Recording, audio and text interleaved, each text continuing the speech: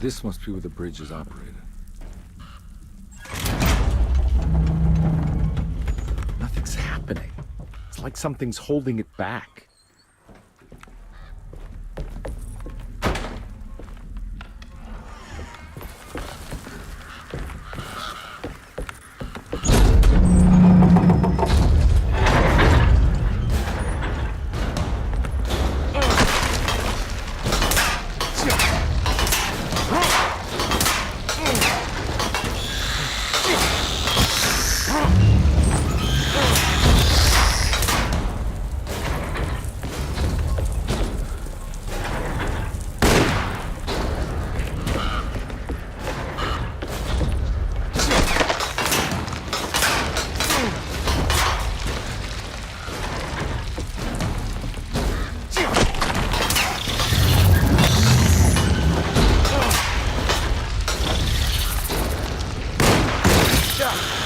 There we go.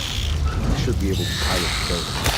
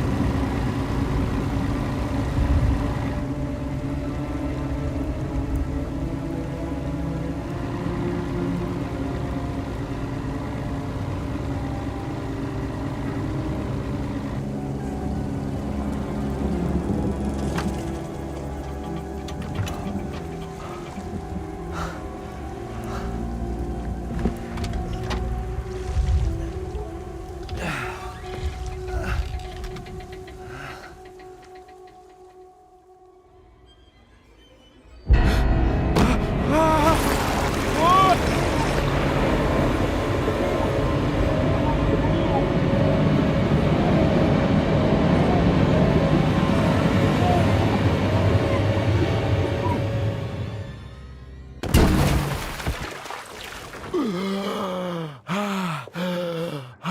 God, Carnby. Are you okay? Don't leave me alone.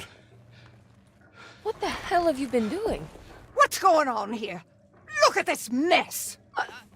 I'm sorry, Mrs. Thompson. Don't make me kick you out of this house. Now get out!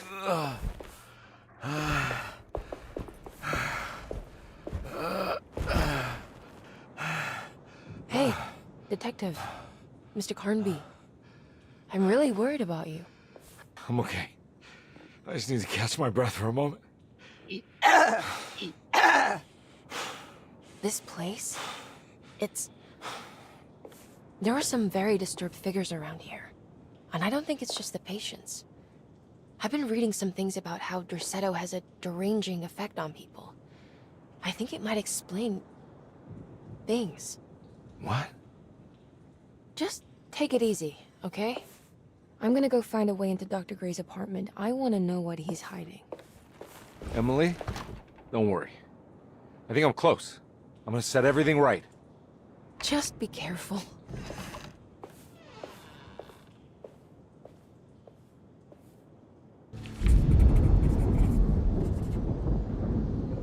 Carnby had run their car off.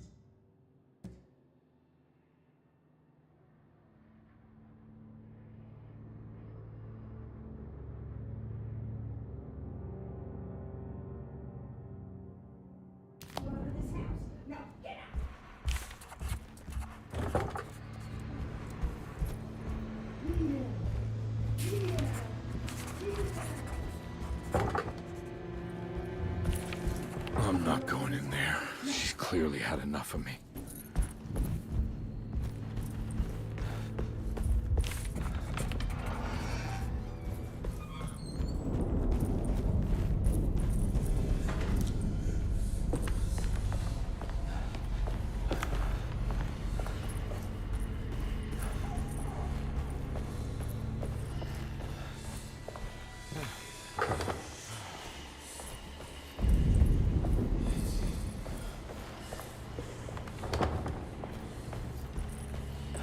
I can't leave. I got a job to do.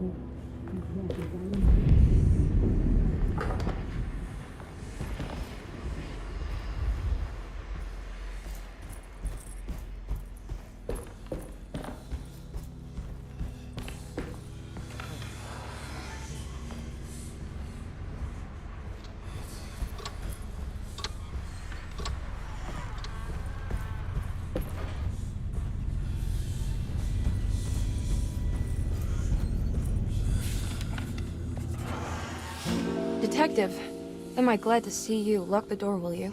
I don't think Dr. Gray would appreciate us snooping around. What's going on here? This feels so strange.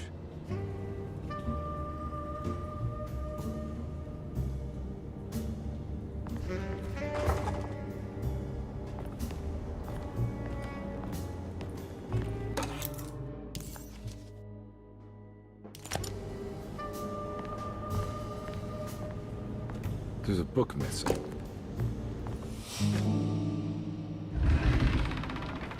What did you do? I was just rearranging the books. Well, come on, let's check it out.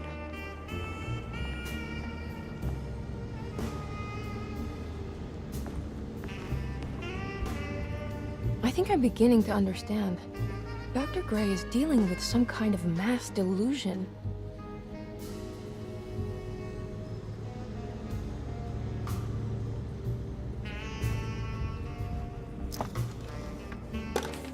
Good to finally meet you, Mr. Hartwood. I'm here on the behalf of your brother Philip. You were expecting me, weren't you? Yes, you're from Derceto, no? That's right. I just wanted to ask you a few questions to see if there is anything I can do to help you and your family. Okay. I understand you're full of imagination. You make up a lot of things. I suppose. And you obsess over them, blurring reality and fiction. Sometimes. Do you want to tell me about the Dark Man? No, I don't. That's all right. Perhaps there is something else you can tell me. Something you know to be made up, but you hold dear.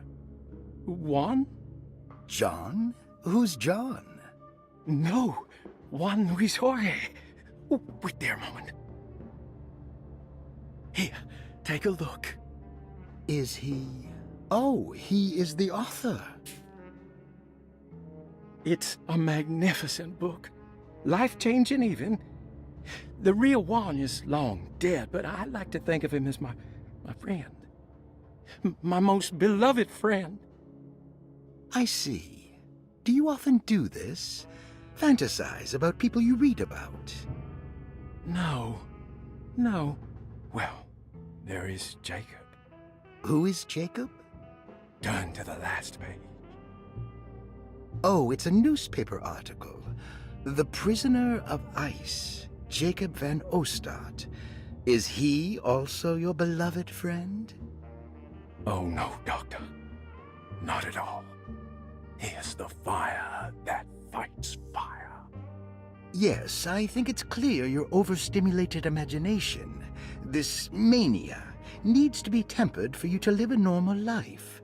I know your family calls it the Hartwood curse, but I want you to know that there is nothing supernatural about your condition. It's all inside your head. And with that, I'm very qualified to deal with. In time, you will be cured. In time. Yes, in time we will exorcise all your demons, all the dark men. Yeah! Please, Mr. Hartwood, calm yourself. What happened? Oh, don't you worry your little head about it, Miss Hartwood. Your uncle and I just had our first breakthrough.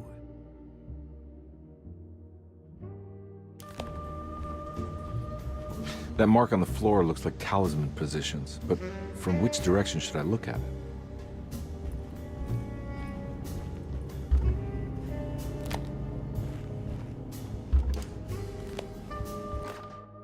The Snake Dagger, a monograph by Yael Klein. In Ludwig Prin's book on pagan rituals called The Mystery of the Grave, as translated by Nicholas Vachy, there are several references to a sacrificial dagger called the Snake Dagger. It has long been thought of as a poor translation of the original text, that it would be more appropriate with worm dagger from the Latin vermis cultrum. This seems natural following the recent consensus that the original title of Prin's book, De Vermis Mysteris, should literally translate to the mystery of the worm. However, this would take away from Vahi's great effort at translating the underlying meaning of the words and revealing several cultural beliefs. While Prince certainly was using the term worm as a symbol or synecdoche for death and the dead, which is made clear by the contents of the book, in the case of the dagger, we shouldn't be too hasty to dismiss his translation. Reading through Vahi's correspondence with his patron, it appears that he had more than just the Latin text at his disposal. Vahi had dug up Prince's living relatives and uncovered several cross-referenced historical texts and an actual snake dagger. The dagger was dated to the early Middle Kingdom of Egypt and had such a clear shape of a wave that Vahi considered calling it the sinusoidal blade. Knowing the full story, it seems prudent that he chose to translate it as snake and not worm. There are several reasons why this choice of word helps us understand the pagans that Prince's book attempts to describe. The symbolic value of the shape becomes more apparent when reading about the use for the dagger. In the passage of possession and exorcism, we find the snake dagger poisons the poisoner within the victim and is therefore pacified. Where the literal text would tell us that the worm dagger trumps the demon possessing the victim, it tells us nothing of their reasoning, only that somehow this dagger wins against the demon, like it had the better hand in poker. Vahi's translation allows us to follow the underlying logic to the ritual magic that is being performed. Poison the poisoner sounds like fighting fire with fire. That to hurt the demon possessing its victim, the priests would have to fight back with a power that is known to the evil they are fighting. The snake dagger is therefore not only a good way to describe its form, but it also helps us understand how it could be thought of as a useful tool for exorcism. Finally, it also helps us understand their relationship to lunacy, that it was thought of as something poisoning the mind rather than controlling it. What is also interesting to note is that the possessed are always considered poisoned in their head and not their heart. The snake dagger always went to the eye of the possessed, leaving them partially blind, if they had the good luck to survive.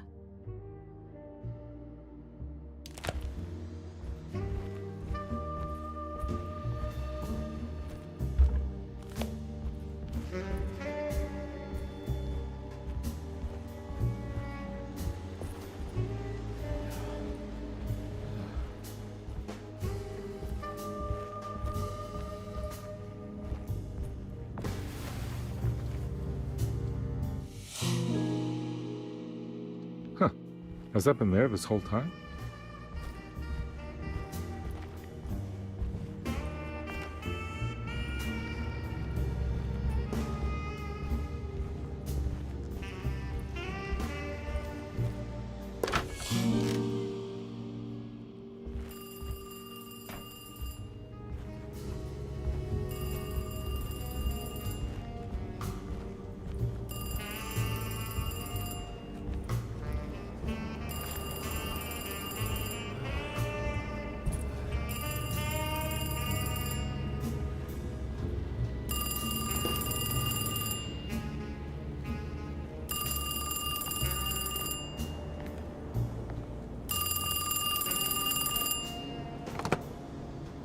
Hello? Detective Conby? Who is this? Jeremy? Jeremy is with the Dark Man. You can't save him. Well, I've done everything he wanted so far, and there's just one more thing on the list. I expect him to keep his promise and return Jeremy unharmed. Get out, Detective, while you still can.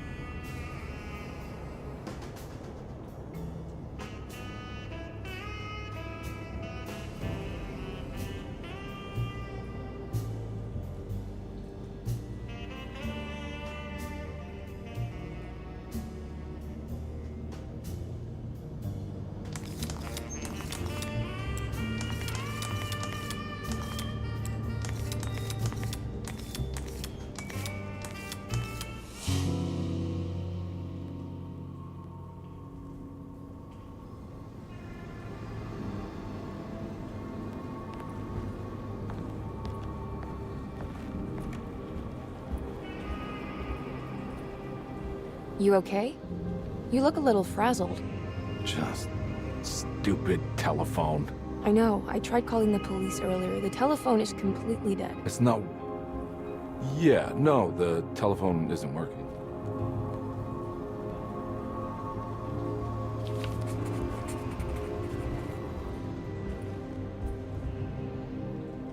Miss Hartwood, I think you're gonna want to see this. Is there something in the closet? Yeah, there is. You don't see the very obvious gate leading to whatever Jeremy's madness is serving up next? I don't understand. Are you making some kind of fashion metaphor? I'm sorry, I don't have time for this. Can you just tell me what you're doing? You don't see this. It's fine. It's fine. Catch you later. Are you going inside the closet? Yeah. You got a problem with that? No. Do what you think is right, Detective. Sorry, I didn't mean to. Goodbye, Miss Hartwood.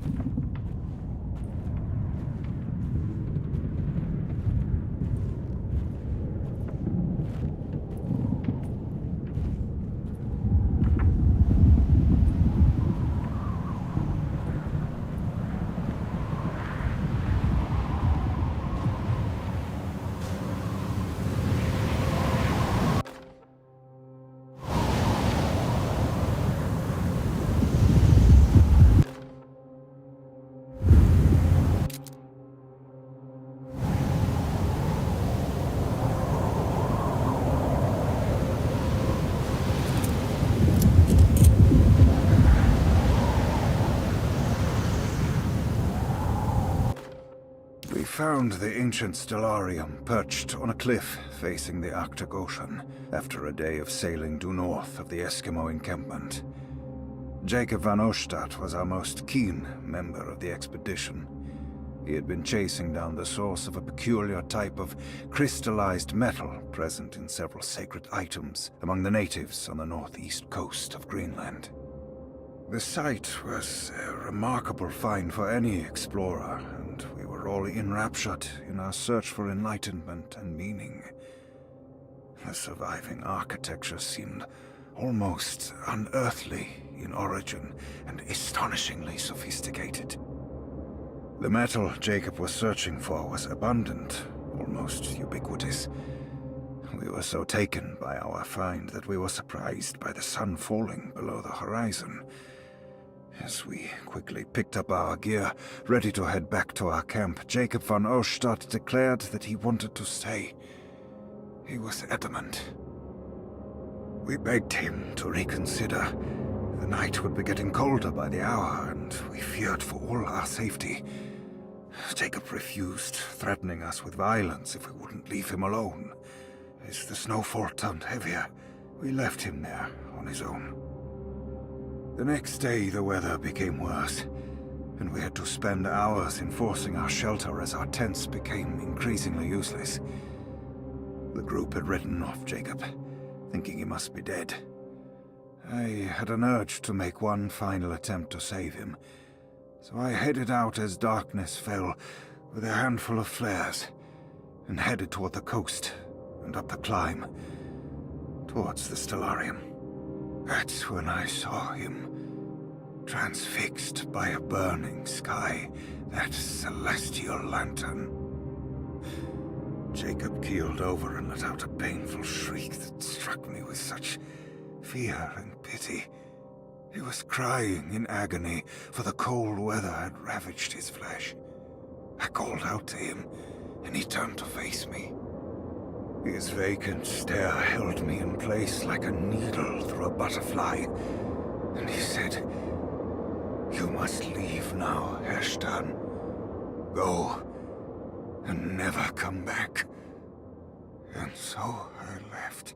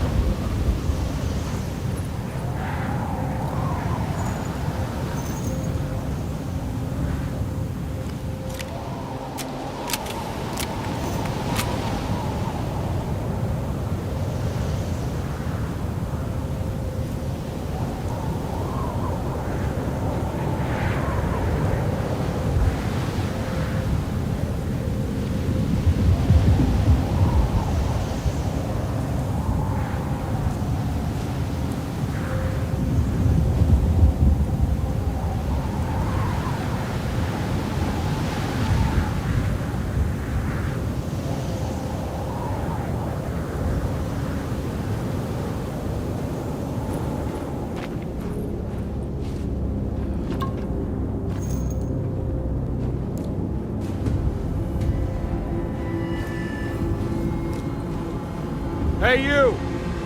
What are you doing here? What is this place? Turn back, detective.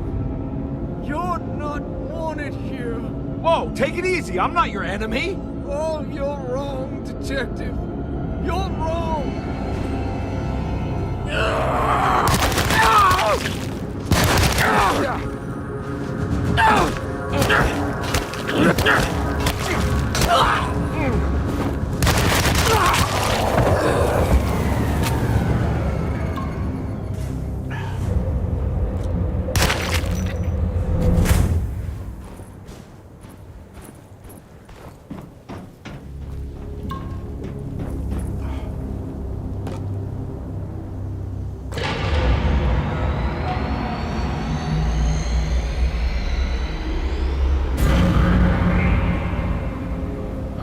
Of course, the Taurus.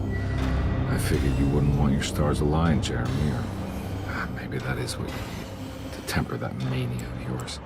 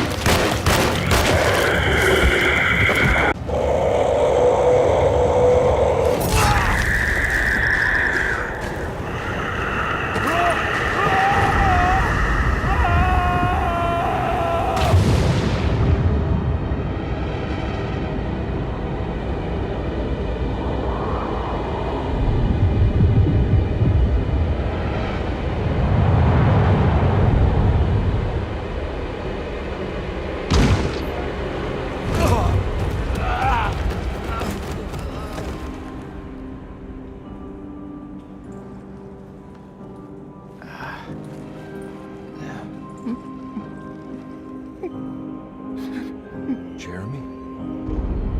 I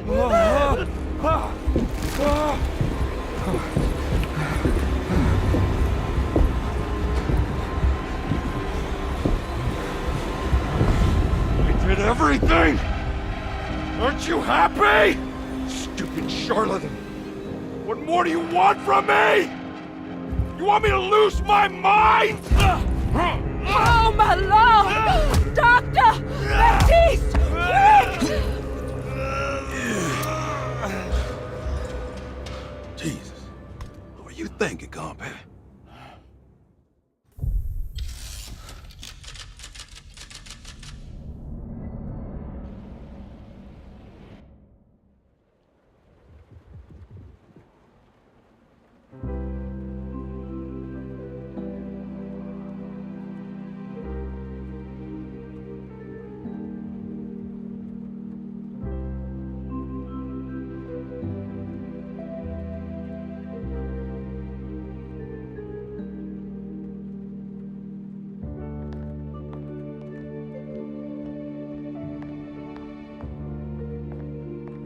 You awake? You are awake. Mr. Conby's up.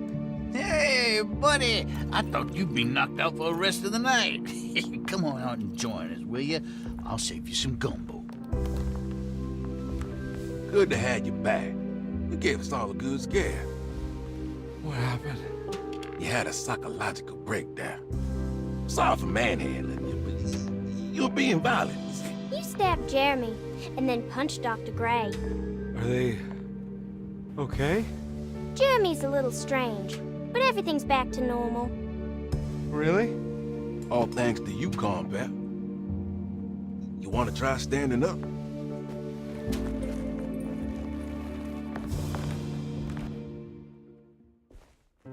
Well, if it isn't the hero of the day. How are you feeling, Detective? Never better. How about you two? Hey, Jeremy, I didn't do too much damage, did I? Things are fine. Very quiet. What's up with him? Painkillers? No. You see, despite you having the finesse of a one-eyed butcher, you managed to lobotomize dear Jeremy. I did what? It's actually quite impressive. It's not like I hadn't considered it myself. I just wish Jeremy could have been helped without reducing his personality to that of an oyster. But he's gonna live. Of course. As long as someone keeps feeding him, he'll outlive the best of us.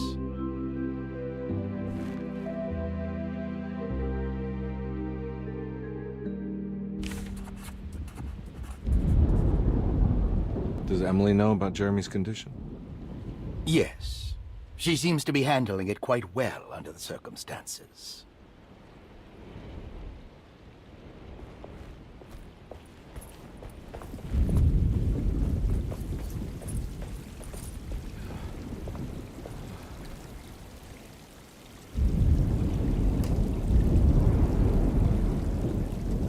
Everyone knows what to do? Y'all know the new words. Mrs. Thompson, we talked about this. I'm not sure everyone is comfortable. Doctor, I insist. This is important. We've waited for so long, Doctor. Let's just go with the old song. Not every change is an improvement. Boss, good or bad, we need to move forward.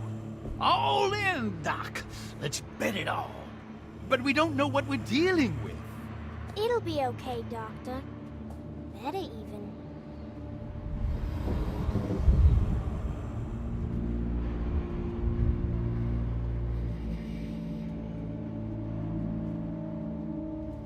Ever there praises and abundance to the black goat of the woods. Hear us, brother. Take pity on us. Take pity on us. Ever Hear there us, praises and abundance to the black goat of Take the pity woods. on us. Hear us, mother, and take pity on us. Take pity on us. Ever there praises and abundance to the black goat of the woods. Hear us, mother, and take pity on us.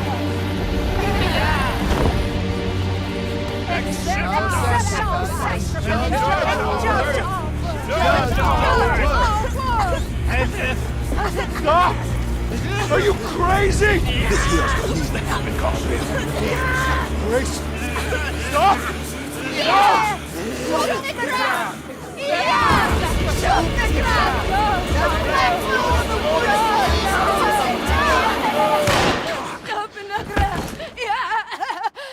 Detective, get my uncle out of here. Jeremy, come with me. Get over here. Jeremy, come with me. Jeremy, come here. No! There has to be a sacrifice!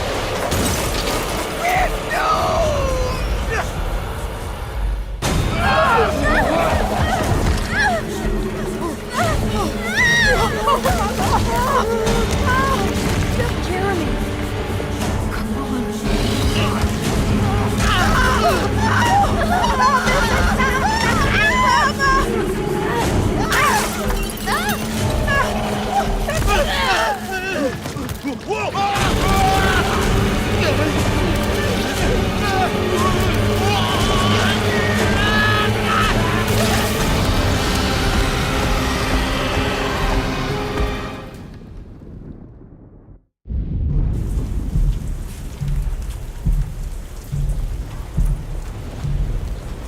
I can't let that monster leave Derceto. I have to stop it.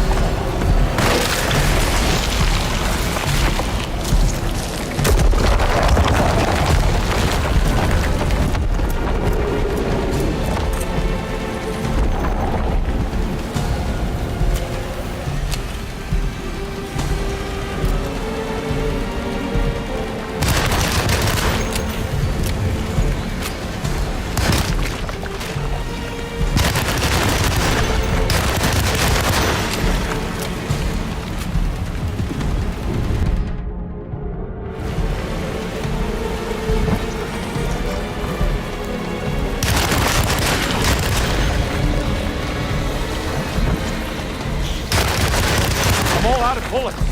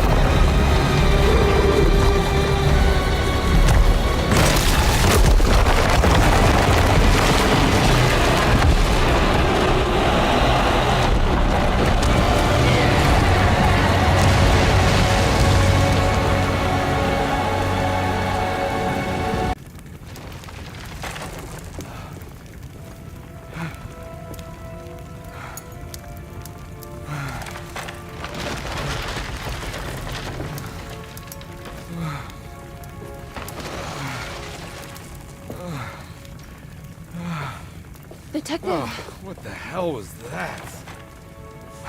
I tried to tell you. There was so much evidence. Their devotion to the Black Goat was like nothing I've ever seen before. I felt so dumb believing any of it, but I'm glad I did. Are you okay? Everything is out of order. This isn't the way the story goes. I shouldn't be alive. Yeah. Well, you're welcome, buddy. How are you doing, sweetie? I kinda like it. You ruined everything, but I'm not mad.